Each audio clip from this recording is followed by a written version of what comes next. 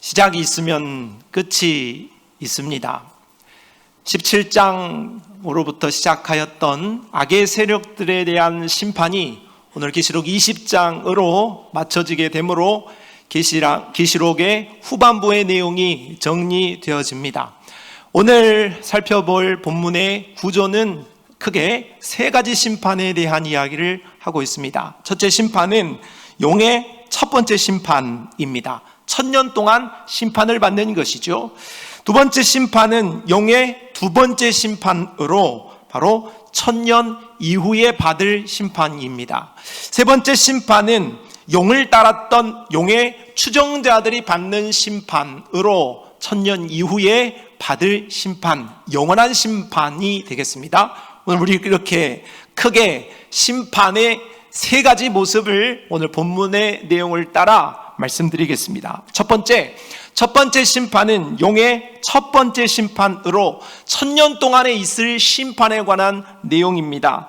먼저 이 용의 첫 번째 심판에 대한 1000년 동안 용이 패배한다는 말씀을 살펴봅시다. 용은 누구냐? 용이 누구냐? 용이 심판을 받는다고 했는데 그럼 용이 누구냐? 하는 문제부터 다뤄야겠습니다. 오늘 2절에 용의 정체성을 말하기를 용을 잡으니 곧 옛뱀이요 마귀요 사탄이라 잡아서 1000년 동안 결박했다. 자, 용은 세 가지 모습이라고 설명을 하고 있습니다. 용은 먼저 옛뱀이라고 했습니다.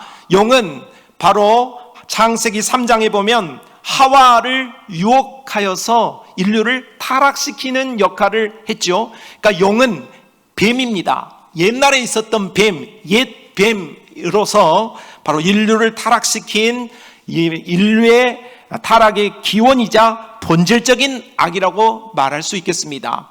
또 용은 뭐냐? 마귀라고 합니다. 마귀는 욥기에 보면 마귀가 하나님과 욥 사이에 섭니다. 그리고 하나님과 욥 사이에 서서 욥을 깎아내리고 하나님을 비난하면서 그 사이를 이간하는 역할을 하는 것이죠.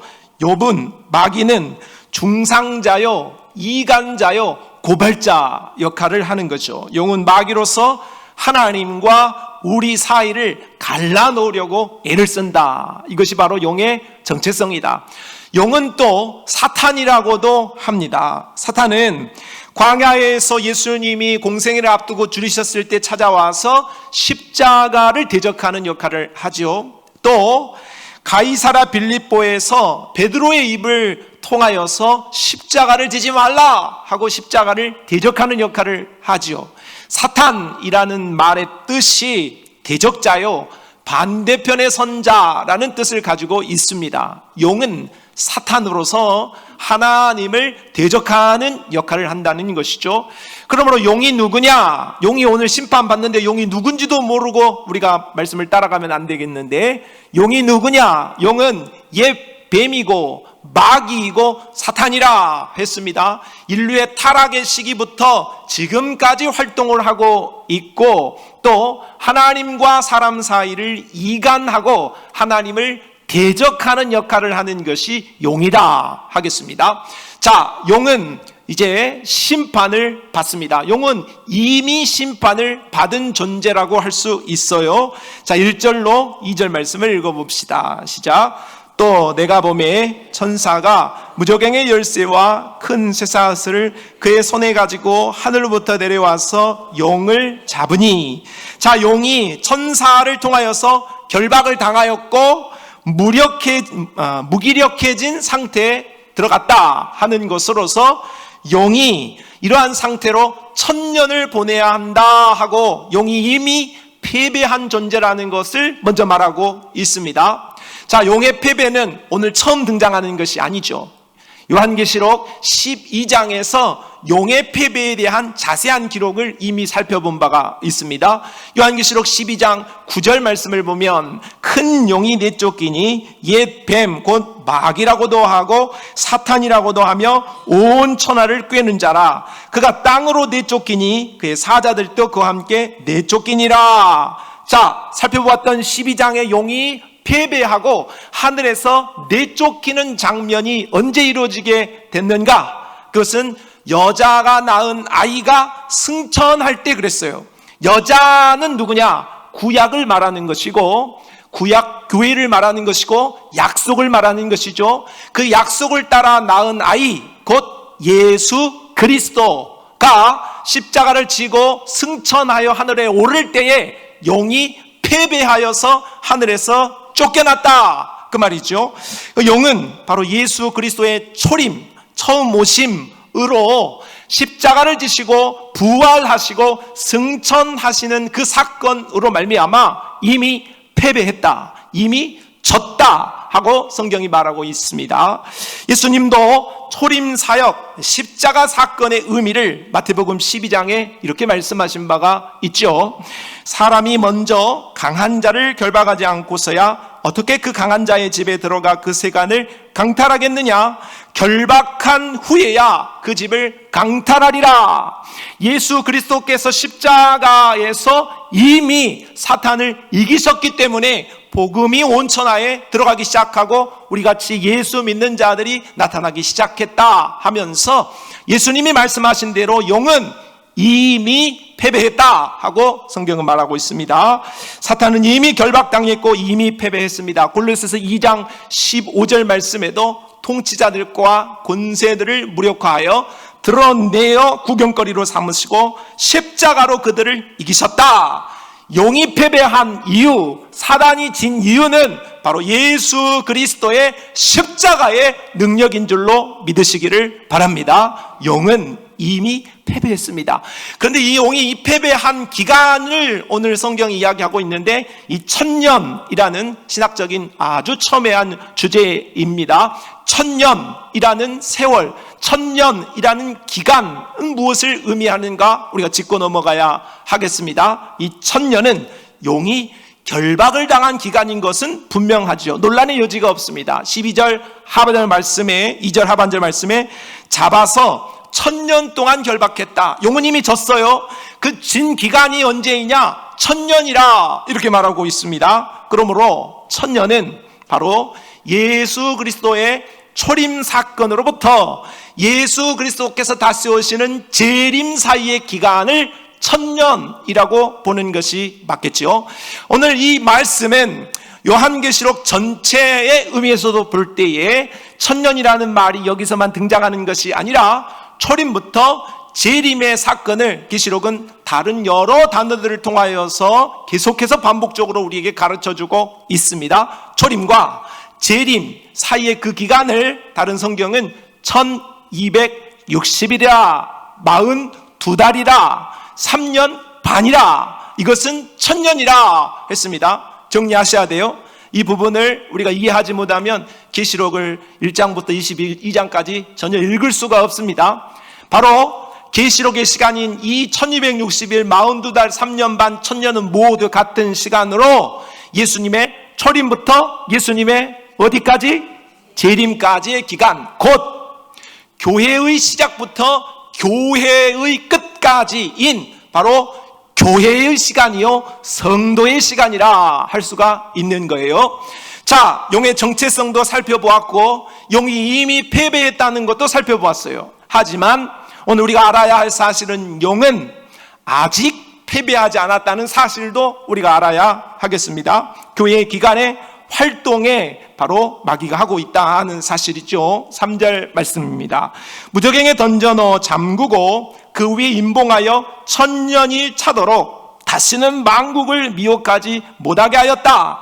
만국을 다시는 미혹하지 못하게 하였다. 용은 지금 1000년 동안 갇혀 있는 거예요.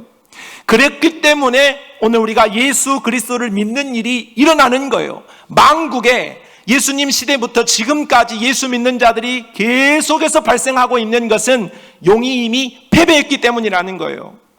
용이 지지 않았다고 하면 복음이 증거되어질 수가 없다 하는 사실이죠. 그런데 오늘 이렇게 용이 이미 패배를 하였지만서도 용은 여전히 활동을 하고 있습니다. 바로 바벨론과 두 짐승과 거짓 선지자와 배교자들을 조장하는 역할을 하고 있어요. 예수 믿는 자들을 미혹에 빠치고 유혹하면서 우리를 넘어뜨리는 역할을 여전히 하고 있다 하는 것이죠.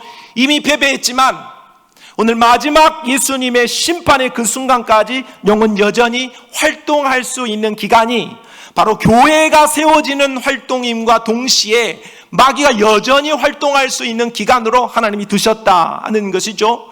그렇다면 하나님께서 이미 이기신 용을 왜 활동하도록 허용하여 주셨는가 하는 문제가 발생하지요. 사탄의 잔존은 하나님의 무능이 아니고 바로 하나님의 인내라고 할 수 있습니다. 하나님께서 영은 잠시 활동하도록 두고 완전히 패배하지 않도록 하신 그 기간 동안에 복음이 전파되어지고 있죠. 교회가 계속해서 세워져 가고 있다. 그리고 이 마귀 사탄 그리고 믿지 않는 자들이 심판을 받을 수 있는 공의가 축적되어져 가는 과정이다. 그렇게 살펴볼 수가 있습니다. 그러나 이 교회의 마지막 순간은 온다 하는 것입니다. 3절 하반절에 그 후에는 반드시 잠깐 노일이라. 교회 시대의 전체의 끝자락에 아직 패배하지 않은, 이미 패배한 용이지만 아직 패배하지 않은 용이 교회의 마지막 순간, 예수님이 재림하시는 그 마지막 순간에 우리 성도에게는 대환란이요 마귀에게는 잔치를 벌이는 그 순간이 온다 하는 것이죠. 그러므로 용은 이미 패배했지만 아직 패배하지 않는 상태로 있다 하는 거예요. 자, 이러한 용이 패배하고 있는 상태 속에 그렇다면 우리 성도의 위치는 어떠한지 오늘 4절에서 6절은 말씀하고 있습니다.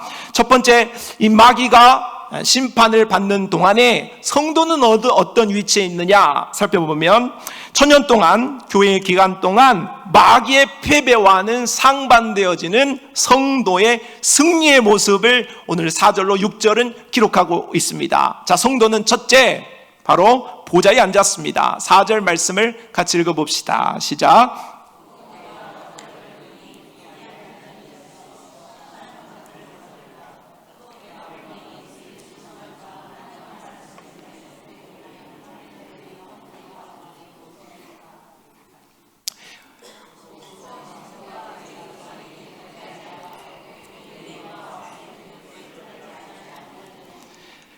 보좌에 앉은 자들, 하늘에 앉은 자들이 나와요. 그 하늘에 앉은 자들이 누구냐? 바로 목배임을 당한 자, 예수를 믿고 표를 받은 자들을 의미하는 것입니다. 순교한 자죠. 예수 믿다가 순교한 자들이 하늘에 앉은 자라고 하는 거예요. 뿐만이 아니에요. 아직 죽지 않았지만 이 땅을 살면서 교회로 성도로 살면서 핍박을 받고 어려움을 당하고 환난 가운데 있는 순교적인 삶을 사는 성도들을 말한다 하는 것이죠. 이미 순교한 자들, 그리고 지금 순교의 삶을 살고 있는 성도들은 바로 하늘에 앉은 자들이다, 그런 말씀을 하고 있는 것이죠. 이중적인 모습을 말씀하고 있어요. 계시록에도 보면 계시록 4장과 5장은 하늘에 이미 승리한 성도들의 모습을 기록하고 있죠. 24장로들의 모습으로 표현하지 않습니까? 그런데 반면 그 하늘에 소속되어진 사람들, 바로 성도들, 교회의 모습은 계시록 2장과 3장에 대표되어지는 7교회의 모습으로 핍박받고 고난받고 눈물로 살아가고 있는, 때로는 연약함 속에 빠져 있는 바로 전투하는 모습이라고 할 수 있는 거예요. 아직 승리하지 못했지만은 이미 승리한 교회의 모습을 보여주고 있는 것이죠. 교회란, 성도란 바로 이미 승리하였지만 아직 승리하지 못하여 이 땅에서 살아가는 자들을 의미한다고 말할 수 있을 것입니다. 그러므로 우리는 이러한 이미와 아직 그 사이에 있는 존재이므로 끝까지 구원을 지키기 위하여서 깨어 살아갈 수 있어야 하겠습니다. 또한 성도의 모습은 두 번째로 천년 동안 왕노릇 합니다. 4절, 살아서 그리스도와 더불어 천년 동안 왕노릇하니.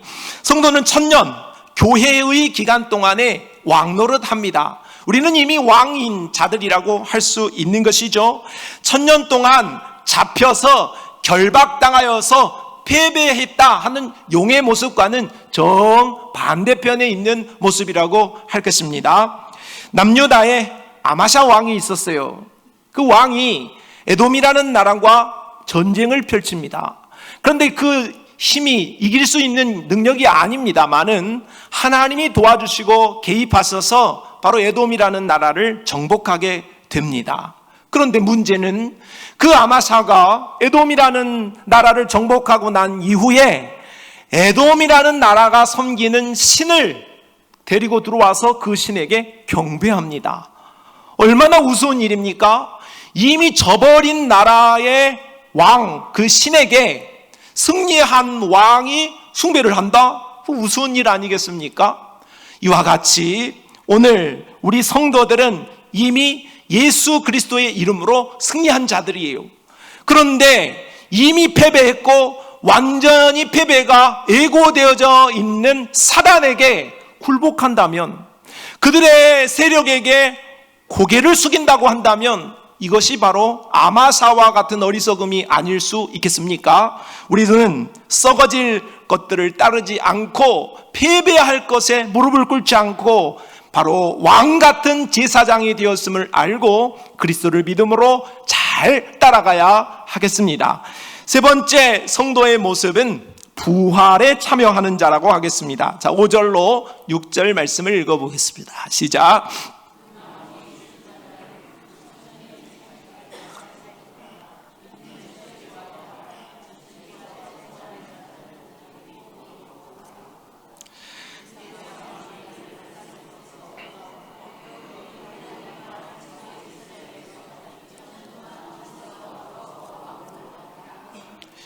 자, 1000년 동안 교회 기간 동안 왕노릇 하는 성도들은 첫째 부활에 참여하는 자들이라 하고 말씀하고 있어요. 자, 부활이 그냥 부활이지 첫째 부활이 있고 둘째 부활이 있냐? 네, 그렇다고 말씀하고 있습니다.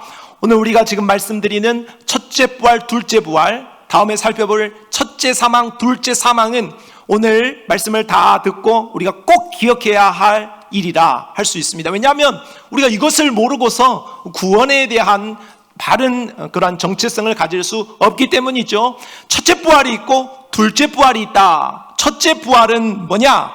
예수를 믿고 생명을 얻는 것이 첫째 부활입니다. 둘째 부활은 뭐냐? 바로 예수 그리스도의 재림의 때에 육체가 부활하는 것을 둘째 부활이라고 합니다. 예수님도 이미 이것에 대한 설명을 나사로의 죽음 사건에 하셨죠. 요한복음 11장 25절로 26절 말씀에 나는 부활이요 생명이니 나를 믿는 자는 죽어도 살겠고 무릇 살아서 나를 믿는 자는 영원히 죽지 아니하리니 이것을 네가 믿느냐 했습니다. 첫 번째 나와 있는 죽어도 산다 하는 말은 둘째 부활을 이야기하는 것이고 영원히 산다 하는 말은 첫째 부활을 이야기하는 것입니다. 우리는 예수를 믿게 되어지면 영적인 생명을 얻고 예수를 믿게 되어지면 우리가 육체가 죽은 이후에도 우리는 영원히 다시 부활하게 되어질 줄로 믿습니다. 이것을 네가 믿느냐? 대답을 안 하시네요. 이것을 내가 믿느냐? 우리는 이 사실을 분명하게 믿고 나갈 수 있어야 합니다. 그러니 얼마나 감사한 일이에요. 나 같은 사람도 예수님 덕분에 첫째 부활 받고 둘째 부활 받는다. 할렐루야! 예수 그리스도 안에 생명이 있음을 믿습니다. 다음으로는 두 번째 심판에 대하여서 살펴보겠습니다. 용의 두 번째 심판은 1000년 동안의 첫 번째 심판에 이어서 1000년이 다 차고 난 이후에 있어질 심판을 말한다고 할 것입니다. 자, 먼저 1000년이 차서 용이 놓이게 됩니다. 7절, 1000년이 참에 사탄이 그 옥에서 놓였다. 자, 1000년 교회의 기간이 끝나는 순간이 오겠죠. 바로 예수님의 재림의 때가 온다. 심판의 때가 온다. 정말 마지막이 온다 하는 거죠. 자, 그때가 되어지면 마귀의 활동이 이제 마지막 심판을 그가 앞두고 놓고 그가 이 심판을 두고 천년 동안 결박당하였던 것에서 잠시 놓이는 순간이 온다 그 말이에요. 마귀가 지금은 패배하고 갇혀있는 기간인데 이제 마지막 예수님의 재림의 그 순간 앞에서는 놓여서 마음껏 활동할 수 있는 시간이 온다 하는 것이죠. 마태복음 24장 21절 이는 그때에 큰 환란이 있겠습니다. 창세로부터 지금까지 이런 환란이 없었고 후에도 없으리라. 마지막 순간에 이제 마귀가 완전히 잡혀 죽기 전에 이제 잠시 받은 고난과 자유를 얻었으니 가만히 있겠냐는 거죠. 난리도 아닌 6.25 때 난리는 난리도 아닌 그 난리를 마귀 사단이 벌이는 순간이 온다. 어마어마한 권세를 가질 날이 온다 하는 것이죠. 거짓 선지자들이 일어나고 신앙의 배교가 일어나고 진리가 타협되어지고 천재지변이 일어나는 바로 예수님이 예고하신 마태복음 24장의 소계시록의 역사가 펼쳐진다 하는 것을 예고합니다. 그리고 그는 최후의 전쟁을 펼칠 것입니다. 8절 나와서 땅의 사방 백성 곧 곡과 마곡을 미혹하고 모아 싸움을 붙이니 그 수가 바다의 모래 같으리라. 마귀는 곡과 마곡을 미혹하여서 큰 전쟁을 벌이게 됩니다. 그런데 그 전쟁의 양상이 어쩌냐? 9절 그들이 지면에 널리 퍼져 성도들의 진과 사랑하시는 성을 두르매 하늘에서 불이 내려와 그들을 태워버렸다. 성도들은 곡과 마곡과의 전쟁에서 수세에 놓일 것을 말씀하고 있습니다. 이들은 하늘에서 불을 내리고 막강한 힘을 얻어서 세상을 미혹하고 유혹하는 최후의 전쟁을 일으킬 것에 대한 말씀을 하고 있는 거죠. 자, 그런데 오늘 요한계시록에 말씀하고 있는 이 곡과 마곡의 전쟁은 처음 등장한 것이 아니죠. 에스겔서 38장과 39장의 모티브를 인용한 것이라고 하겠습니다. 에스겔 38장과 39장에는 바로 곡이라는 왕이 등장합니다. 마곡이라는 지역을 가나라는 곡이라는 왕이 나와 있습니다. 그 곡이 이제 전쟁을 일으키게 되어지는데 그 전쟁의 대상은 이스라엘이 포로로 끌려갔다가 돌아왔던 이제 완전히 전열이 있지 않은 군대 같지 않은 오합지졸의 이스라엘 백성과 전쟁을 벌이게 됩니다.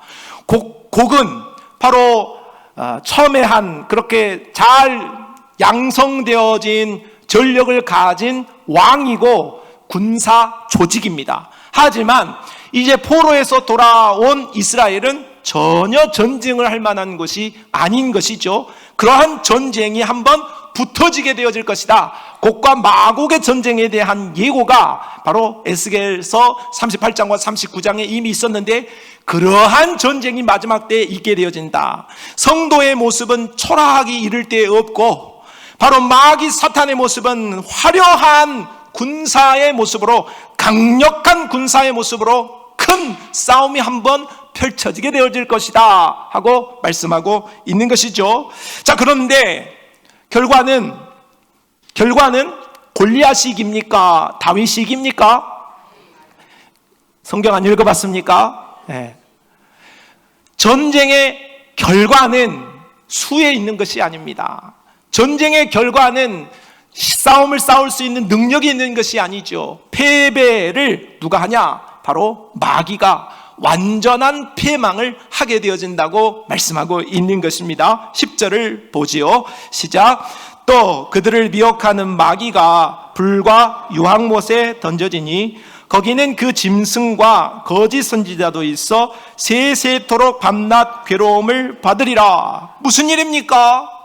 분명히 싸움을 잘하는 자, 군대가 더 강력한 자가 이겨야 되는데 그들이 집니다. 곡과 마곡이 패배합니다. 그리고 오합지졸의 이스라엘이 승리하게 되어집니다. 에스겔 39장 7절 내가 내 거룩한 이름을 내 백성 이스라엘 가운데 알게 하여 다시는 내 거룩한 이름을 더럽히지 아니하게 하리니 내가 여호와 곧 이스라엘이 거룩한 자인 줄을 민족들이 알리라. 만약 곡과 마곡 이스라엘이 전쟁을 이들의 힘만으로 붙었다고 하면 당연히 성도가 지죠. 오합지졸 이길 리가 없습니다. 하지만 이 전쟁의 성패가 뒤바뀐 이유는, 역전되어진 이유는 하나님께서 이스라엘의 편이 되어주시고 대신하여 싸웠기 때문에 이기게 되었다 하는 말씀을 함으로써 마귀는 마지막에 대환란으로 성도를 핍박하고 교회를 어지럽히고 공격하겠지만, 그런 날이 반드시 오겠지만, 그러나 마귀가 승리하는 것이 아니라 그 승리는 교회이다, 그 승리는 성도다 하는 말씀을 우리에게 전해주고 있습니다. 마귀는 이미 졌고 아직 지지 않았지만 최종 패배하게 되어질 것을 성경은 말씀하고 있습니다. 성도 여러분, 천년이 끝나면, 교회가 끝이 나면, 예수님이 오시기 그 전에 바로 마귀는 큰 활동을 하겠지만, 대환란의 때를 우리에게 허락하겠지만, 그러나 오늘 우리는 두려워하지 말아야 할 줄로 믿습니다. 아이고 어쩌지, 계시록 말씀을 보니까 대환란이 있다네, 어떡하지, 구원 못 받으면 어떡하지, 난 천국 못 가면 어떡하지, 그런 생각은 할 필요가 없다 하는 것입니다. 제 아무리 마귀가 활동을 심하게 하고 뜨겁게 한다 할지라도 구원받은 하나님의 백성은 당신이 눈동자처럼 지키시고 교회를 보호하시고 성도를 보호하여 주실 줄로 믿습니다. 성도는 승리를 못 얻어서 승리를 얻기 위하여서 천국 가야 되는데, 나는 천국 가야 되는데, 그렇게 승리를 얻기 위하여서 그렇게 애를 쓰는 존재가 아닙니다. 성도는 예수 그리스도의 이름으로 이미 승리를 얻은 자들인 줄로 믿습니다. 그러므로 그 승리를 우리 주님과 함께 동행하면서 오늘 우리가 승리를 보전하는 그런 믿음으로 살아가야 하는 존재들인 줄로 믿습니다. 자, 마지막 세 번째 심판에 대하여서도 오늘 11절로 15절은 말씀하고 있습니다. 이 세 번째 심판은 용의 추종자들이 받을 심판이라고 하겠습니다. 용이 심판을 받을 뿐만 아니라 용을 따르는 자들도 심판을 받게 되어진다는 말씀이지요. 자, 그 심판의 내용을 살펴본다면, 먼저 심판하실 이가 누구냐, 심판주가 누구냐 하는 것을 11절은 말하고 있습니다. 11절 읽어봅시다. 시작.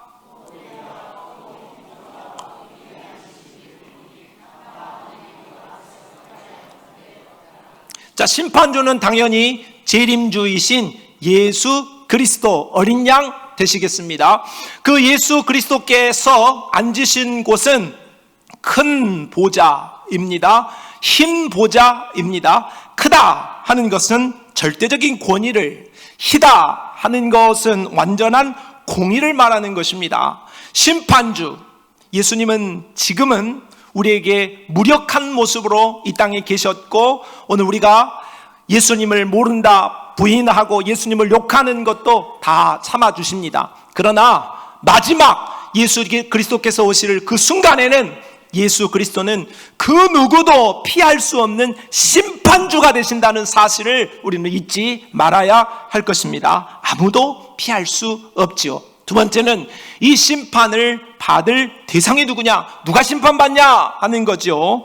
죽은 자들이 심판을 받습니다. 또 내가 보니 죽은 자들이 큰 자나 작은 자나 그 보좌 앞에 서 있는데, 백보자 심판을 받을 대상은 죽은 자들입니다. 5절에도 그 나머지 죽은 자들은 천년이 차기까지 살지 못하더라. 심판을 누가 받냐?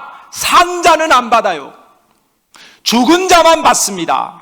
산 자는 누굽니까? 바로 예수 그리스도를 믿은 자, 하늘에 앉은 자, 보좌에 앉은 자, 왕 노릇하고 있는 자, 심판이 아닙니다.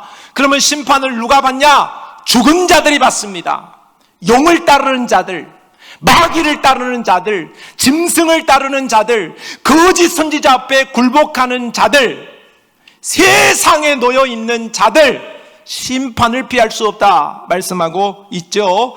심판의 대상은 신자도 않고 불신자도 않는다? 아니요, 성경은 전혀 그렇게 말하고 있지 않습니다. 심판의 대상은 오로지 불신자라고 말하고 있습니다. 그러므로 오늘 우리가 심판에서 제외되려고 한다면, 영원한 심판에서 우리가 자유하려고 한다면, 그 면죄부는 돈 주고 사는 것이 아니고 권력으로 사는 것이 아니고 오로지 그 면죄부는 예수 그리스도를 믿음으로 얻게 되어지는 줄로 믿습니다. 사랑하는 성도 여러분, 여러분에게 간절하게 호소합니다. 예수 그리스도를 진심으로 믿고 따르시기를 바랍니다. 예수 믿는 자에게는 심판이 없습니다. 그러나 예수를 믿지 않으면 세상 어떤 권력을 가졌고 어떤 권능을 가졌고 가진 것이 많아도 심판을 피할 수 없음을 반드시 기억하시기를 바랍니다. 그렇다면 이 심판을 하는 기준은 무엇입니까?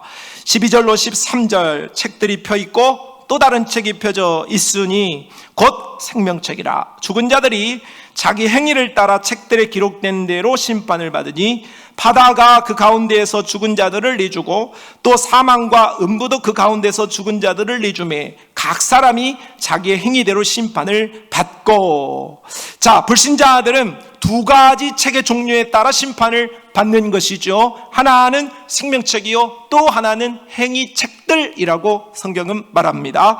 자, 생명책은 예수 그리스도를 믿었느냐 안 믿었느냐, 믿었으면 책에 이름이 있고 믿지 않았으면 책에 이름이 없어요. 불신자들은 예수 안 믿었잖아요. 그러니 생명책에 이름이 없으므로 생명이 없는 거예요. 두 번째 책은 행위책입니다. 예수를 안 믿었기 때문에 예수를 안 믿음으로 살아갔던 행위에 대한 기록들이 빼곡하게 기록되어 있는 거예요. 그래서 그 행위에 따라 또 심판을 받는 거예요. 예수 안 믿어 믿음 없어 심판받고 그 안 믿은 것에 대한 행위에 따라 심판받는 것, 죽은 자들, 불신자들이 받을 심판이에요. 그러니 지금을 살아가는 시대 속에서는 예수 안 믿는 사람이 더 떵떵거리고 더 자신 있게 말하고 더 고래고래 소함을 치지만 마지막 순간이 되어지면 유구무원일 거예요. 후회할 날이 반드시 온다, 그 말이죠. 피눈물 흘릴 날이 반드시 온다 하는 것이죠. 그러면 우리는 야, 너 잘 돼버렸다, 너 그란해도 미운데, 그렇지 않아도 미운데 예수 믿지 말고 너 지옥 가라, 그런 마음을 가진 것은 예수님의 마음이 아니에요. 당신 그러다가 지옥 갑니다. 그러니 예수 믿어야 합니다 하고 복음을 전할 수 있는 열정이 우리의 마음속에 흘러 넘칠 수 있기를 바랍니다. 불신자들은 이와 같은 이런 심판의 기준을 따라 심판을 받게 되어지죠. 그러므로 심판의 결과는 어떻게 됩니까? 바로 둘째 사망을 받는다는 거예요. 사망과 음부도 불못에 던져지니 이것은 둘째 사망 곧 불못이라. 누구든지 생명책이 기록되지 못한 자는 불못에 던져지더라. 불신자들의 심판은 불못에 던져지는 심판이에요. 불못은 누가 가는 거예요? 마귀가 가는 것이죠. 그를 따르는 귀신들이 가는 거예요. 근데 그 정해진 곳에 불신자들도 가게 되어진다라고 말하고 있어요. 그래서 둘째 사망에 처해진다 이렇게 말했으면 그러면 첫째 사망도 있다 하는 말이죠. 히브리서 9장 27절에 첫째 사망을 말하죠. 한 번 죽는 것은 사람에게 정해진 것이요. 그러니까 첫째 사망은 예수 믿는 저와 여러분도 당합니다. 안 죽고 싶죠. 죽고 싶냐고 물어보면은 죽고 싶다고 하는 사람이 어디 있어요? 다 살고 싶지. 다 살고 싶어요. 그렇지만 예수 믿는 나도 죽고 예수 안 믿는 너도 죽어요. 그러니까 모든 사람의 육체적인 죽음이 첫째 사망이라고 할 것입니다. 중요한 것은 첫째 사망에 이어 둘째 사망이 있다는 것이죠. 계시록 21장 8절 그러나 두려워하는 자들과 믿지 아니하는 자들과 흉악한 자들과 살인자들과 음행하는 자들과 점술가들과 우상 숭배자들과 거짓말하는 모든 자들은 불과 유황으로 타는 못에 던져지리니 이것이 둘째 사망이라. 우리도 죽어요. 예수 믿는 나도 죽어요. 그렇지만 우리는 둘째 사망은 없는 줄로 믿습니다. 둘째 사망을 당하지 않으시기를 바랍니다. 이거 대답 안 하시면 곤란해요. 둘째 사망이 없기를 바랍니다. 대답을 진짜 잘해야 된다니까. 잠자다가도 일어나가지고 대답해. 예. 둘째 사망이 없기를 바랍니다. 없어야 돼요. 예수 믿지 않는 사람은 둘째 사망, 영원한 하나님과의 단절을 받게 되어지는 것이요. 마귀가 가는 곳으로 간다 그 말이죠. 데살로니가 후서 1장 9절입니다. 이런 자들은 주의 얼굴과 그의 힘의 영광을 떠나 영원한 멸망의 형벌을 받으리로다. 성도 여러분, 오늘 우리는 심판에 대한 말씀을 살펴보았습니다. 신자는 첫째 부활과 둘째 부활을 받게 되어지는 거예요. 그러나 불신자는 첫째 사망과 둘째 사망을 받게 되어지는 것입니다. 이것을 잘 정리할 수 있어야 하겠습니다. 용은 이미 심판을 받았어요. 아직 심판받지 않았죠. 그렇지만 마지막에 완전한 심판을 받게 되어질 것입니다. 문제는 용은 이미 패배가 확정되었어요. 그런데 오늘 우리가 인생이 결정해야 할 것은, 그렇다면 그 멸망할 용을 나는 따라가야 되느냐, 따라가지 말아야 하느냐, 용을 따라가느냐, 그리스도를 따라가느냐에 따라 우리가 가는 길이 달라진다고 성경은 말씀하고 있습니다. 사랑하는 성도 여러분, 용을 따라가지 말고 예수 그리스도를 끝까지 따라가시기를 바랍니다. 용이 가는 지옥불에 가지 말고 우리 예수 그리스도 신랑이 기다리는 저 천국에 올라가서 어린 양의 혼인잔치에 참여하는 신부로 거룩한 자들로 세워질 수 있게 되기를 바랍니다. 그러므로 오늘 우리는 멸망할 자들을 바라보면서 잠시 잠깐 세상에서 누리는 그 쾌락을 부러워하지 말고, 그들이 주는 압박에 굴복하지 말고 끝까지 예수 그리스도를 마음에 품고 그 예수 그리스도를 섬기는 것을 나의 영광으로 알고 나의 상급으로 알고 끝까지 반석처럼 흔들리지 않는 요새와 같은 믿음으로 그리스도만 섬기다가 그리스도와 함께 영생을 누릴 수 있는 복의 사람들이 다 되시기를 예수님의 이름으로 축복합니다.